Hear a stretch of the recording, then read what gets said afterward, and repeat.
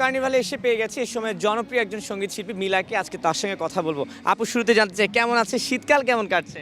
শীতকাল ভালোই যাচ্ছে, খারাপ না। অবভিয়াসলি ভালো লাগছে। আর ভালো থাকার কথা যদি বলি, ভালোই আছে, খারাপ না। আচ্ছা, কার্নিভালে এসেছেন, যদিও একটু ব্যতিক্রমী একটা আয়োজন, কেমন দেখেছেন, কেমন লেগেছে এখানে এসে? ভালো তো অবভিয়াসলি ভালো লাগছে, বিকজ আমি নিজের থেকে এটা ভলেন্টারিলি আমার এখানে আসাটা পশু পাখির জন্য আমার নিজেরই সবসময় অনেক আমার কি বলবো অ্যাটাচমেন্টটা আমার অনেক বেশি। সো আর এখানে এসে তো ভালোই লাগতেছে। এই ধরনের ইভেন্ট আরও অনেক বেশি হওয়া উচিত। স্টেজে উঠে দেখছিলাম যে একটু মন খারাপের কথা, আপনার একটা পেট আছে, সেটা যত সম্ভব অসুস্থ, একটু এই ব্যাপারে একটু জানতে চাচ্ছিলাম। পেট বলতে আমি তো আমার বাচ্চাই আমাদের জন্য, আমরা যারা আসলে পেট যারা পালি ওদেরকে আসলে পেট আর বলি না, আমরা আমাদের বাচ্চাই বলি ওভাবে করে। সো ইটস ফ্রেডি আমার সাথে, আমার ডগ। বাট ও হচ্ছে গিয়ে ইটস বিন 13 ইয়ার্স আমার সাথে, যদিও ওর বয়স এখন 14।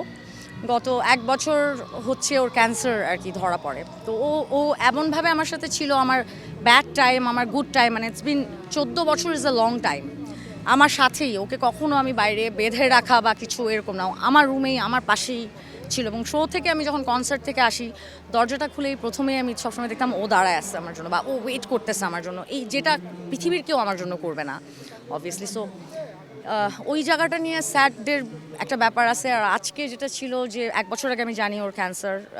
1 বছর আগে তো না, 1 বছর আগে থেকে হি ওয়াজ গেটিং সিক। আমি মনে হয় 2 মাস আগে জানলাম যে ও লাস্ট স্টেজে একদম। তো আজকে খুবই খারাপ অবস্থা ছিল, কালকে রাতে ওর পেইন শুরু হয়। আসলে যেটা হয়, আমি ওইভাবে যদি বলি, আমরা কিন্তু নিজেরাও অনেক বুঝতে পারি না যে ক্যান্সারের সময় ওরা কীভাবে কাঁদবে বা ওরা এক্সপ্রেস কীভাবে করবে, বিকজ ওরা পশু, ওরা তো বোবা, বলতে পারে না। মানুষের বাচ্চারাও কিন্তু বুঝাই দিতে পারে, বাট বুঝাইতে পারে না। সো কষ্টটা অনেক বেশি লাগে, মানে যারা পেট পালি, এটা তো আসি হারায় যাওয়ার যে জায়গাটা, কষ্টটার, এটা আমি বুঝাতে পারবো না। সো এই জায়গা থেকে খারাপ লাগার বিষয়ও আছে। আবার দেন এগেন আমি বলবো যে লাইফের বেস্ট যদি আমি কোনো সময় কাটায় থাকি, দ্যাট ইজ আমার লাইফের এই 14 বছরই ছিল। আমি এত সুন্দর সময় আমার ফ্রেডির সাথে কাটায় আসছি, মানে অনেক স্মৃতি।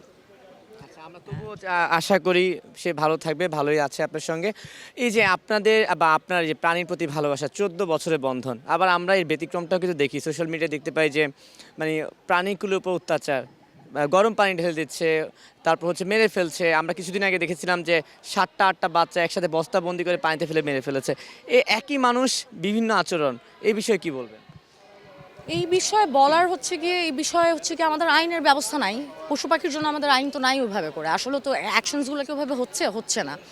যদি ওই আইনগুলো থাকতো, অন্য অন্য কান্ট্রিতে তো আছে, পাশের কান্ট্রিগুলোতেই যদি আপনি যান, দেখবেন যে অনেক, মানে ওরা পশু পাখি যেভাবে ওরা মেইনটেইন করে, বা এইগুলোকে কি বলে, এক্স্যাক্ট টার্মটা আমি জানি না, মানে রক্ষণাবেক্ষণ করা যেটাকে বলে, এটা আমাদের দেশে তো ওইভাবে করে না। আপনি বাংলাদেশে যদি আপনি যে কোনো ম্যাক্সিমাম রাস্তার কুকুর যদি আপনি দেখেন, দেখবেন যে দের ইনজুর্ড। কেন কেউ রাস্তা দিয়ে যাচ্ছে, হুদাই একটা ইট মারলো বা একটা লাথি মারলো, সবাই ইনজুর্ড, বিনা কারণেই কিন্তু ওদেরকে মারা হয়। সো এই ব্যাপারটা তো আসেই। আর আমার জায়গা থেকে আমি যদি বলি, আমি এর মধ্যে দেখলাম, আমি আমার এই ফ্রেডিকে নিয়ে যখন আমি মুভ করতেছি, আমার অনেক ইচ্ছা ছিল। আমি আগেও অনেকগুলো ইন্টারভিউতে আমি বলছি যে আমার খুব ইচ্ছা ছিল যে আমি একটা পশু হসপিটাল দিব, ভালো প্রপার ওয়েতে। তো এত টাকা আমার নাই যে আমি হসপিটাল দিতে পারবো। পেট হসপিটাল করা দরকার আমাদের দেশে। আমি যে ডিফিকাল্টিসগুলোর মধ্যে ফেস করলাম, আমি এই জিনিসগুলো বলতে চাই ওইভাবে যে, যেমন আমি ফ্রেডিকে নিয়ে 1 বছর ধরে আমি যখন দৌড়াচ্ছি, এর মধ্যে আমি দেখলাম যে গুলশান বনানীতে বিভিন্ন জায়গাতে স্ক্যাটার্ডভাবে ওরা একটা ফ্ল্যাট ভাড়া নিচ্ছে বা কিছু, ওখানের মধ্যে একটা বিদেশি ডক্টর রাখতেছে, আর বাকি সব কী করে আমি জানি না। কয়েকটাতে গেলাম, হিউজ পরিমাণের ওরা টাকা চার্জ করতেছে। আমি এটাকে কী বলে, আলট্রাসাউন্ড করতে হলো। আলট্রাসাউন্ড করার জন্য তো আপনার আলট্রাসাউন্ড যখন করছে বা এক্স রে যখন করলো, এক্স-রে জাস্ট শিটটা দিচ্ছে, ওরা কিন্তু কোনো রিপোর্ট দিতে পারতেছে না, বিকজ রেডিওলজিস্ট নাই। রেডিওলজিস্ট ছাড়া আলট্রাসাউন্ড বা এক্স-রে মেশিন এনে লাভ কি, যদি আপনার রেডিওলজিস্টই না থাকে যে লিখতে পারবে রিপোর্টটা। টাকাটা কিন্তু ঠিকই নিচ্ছে এবং এক্সট্রিমলি চার্জ করতেছে, যেটা করার দরকারই নাই। তো আমি ওই জায়গা থেকে বলবো যে আমাদের সরকারের যারা থাকবে, ভবিষ্যতেও যারা আসবে বা এখন যারা আছে, সবারই এই জিনিসগুলো দেখা উচিত যে এরকম রাস্তায় রাস্তায় গলিতে গলিতে যে পশু পাখির জন্য যে ক্লিনিকগুলো খুলে বসতেছে, এগুলো আসলে কতটুকু অথেন্টিক। এবং ম্যাক্সিমামে আমরা তো যখন ঠেকায় পড়ে যাই, যে যেহেতু পশু, আমরাও কিন্তু যখন আমরা প্যারেন্টসের জায়গায় তখন কিন্তু দুনিয়ার সব কিছু ভুলে গিয়ে আমরা দৌড়াই যাই যে ওকে কীভাবে বাঁচাবো বাট এতে ওদের ক্ষতিও হচ্ছে। আমি পরে আমার ফ্রেডিকে আমি নিয়ে যাই ব্যাংককে, শেষে এখানে আমি বিলিভ করতে পারতেছিলাম না কিছু যে আসলে কি হচ্ছে।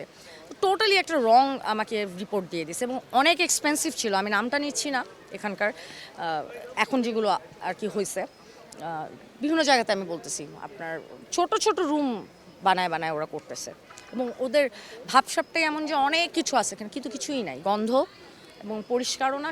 টুকটাক কিছু জিনিসের জন্য ওরা এক্সপেন্সিভ, মানে একটা ব্লাড টেস্টের জন্য 26,000 টাকা চার্জ করতেছে, 27,000 টাকা চার্জ করছে, উইচ ইজ হিউজ। সো আমার কুকুরটার পেটের মধ্যে পানি জমে যাচ্ছে, ওর যেহেতু ক্যান্সার, ওইটাকে আজকে ড্রেন আউট করতে হয়েছে অনেকগুলো পানি, এইটুকু খালি একটা সিরিঞ্জ দিয়ে ড্রেন আউট করছে, সেটার জন্য আমি আজকে 17,000 টাকা পে করে আসছি এতটুকুর জন্য, উইচ ইজ এক্সপেন্সিভ, অনেক বেশি। এটা আমরা তাও করতে পারতেছি, যা অনেক মানুষ তো করতে পারবে না, এটা সম্ভবও না। সো এই যে চার্জেসগুলো, এগুলো দেখা উচিত যে এইভাবে করে কেন ট্রিটমেন্টগুলো করা হচ্ছে, এগুলোকে অথেন্টিক নাকি অথেন্টিক না, এবং পশু পাখির চিকিৎসার বেসিক খরচপাতিগুলো আসলে কি মানুষের, যেমন আমরা জানি কোনো কিছু হলে যে এটার দাম এটা টেস্টগুলো একটু হয়তো কম বেশি হতে পারে, বাট পশু পাখিরগুলো এখানের মধ্যে এখন ভাই আমি যেটা দেখলাম যে একটা ছিনতাই হচ্ছে আর কি রীতিমতো। এই যে আপনি একটা আক্ষেপের কথা শুনছিলাম যে নিজের একটা প্রাণী মানে পোষা প্রাণীকে আসলে চিকিৎসার জন্য আসলে অনেক কাঠখড় পোড়াতে হচ্ছে, তো সামনে তো নির্বাচন, সবাই তো দল হিসেবে ইশতেহার দেয়, তো এই পোষা প্রাণীর জন্য দলগুলোর কাছ থেকে আপনার শিল্পী হিসেবে কোনো চাওয়া পাওয়া আছে কি? চাওয়া পাওয়ার জায়গা এটাই যে সবার আগে তো হচ্ছে কি এই যে স্ক্যাটার্ডভাবে এত রকমের যে ক্লিনিকগুলো খুলছে, এগুলো ইমিডিয়েটলি বন্ধ করা উচিত, সবার লাইসেন্স আছে নাকি চেক করা উচিত, অ্যান্ড অথেন্টিকলি প্রতিটা ডাক্তার ওদের সার্টিফিকেটসগুলো আছে নাকি এটা দেখা উচিত। যে কোনো একটা ক্লিনিকে যখন আমরা ঢুকি ডাক্তারদের কিন্তু সার্টিফিকেটসগুলো টাঙানো থাকার কথা, এটা তো আমরা এখন চুল কাটতে গেলেও বারবারের দোকানেও দেখি যে ওর সার্টিফিকেট আছে। সো অবভিয়াসলি আমাদের কিন্তু উচিত এই জায়গাগুলোটা আপগ্রেড করা।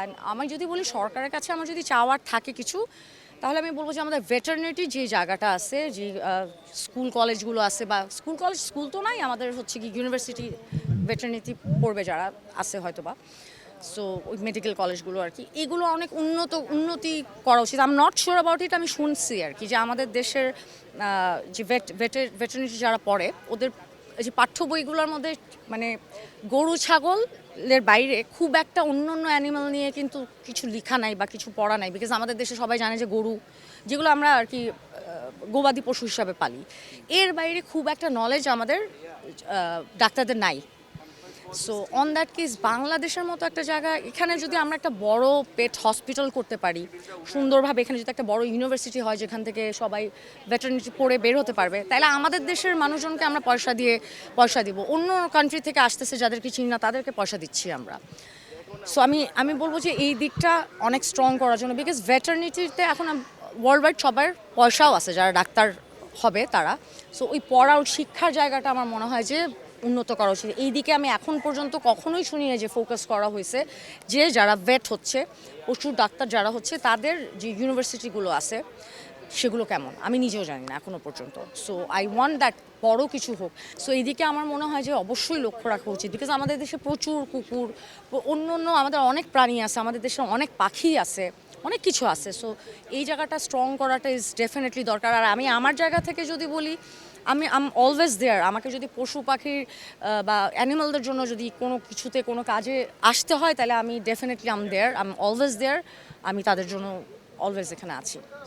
সো ছোট একটা প্রশ্ন দিয়ে শেষ করে দিচ্ছি, সেটা হচ্ছে যে গানের মৌসুম চলছে, কনসার্টের মৌসুম চলছে, কিন্তু কনসার্টে অনেক স্বল্পতা চলছে মনে হয় এই মুহূর্তে, শিল্পী হিসেবে আসলে আফসোস বা কোনো অপ্রাপ্তি মনে হয়?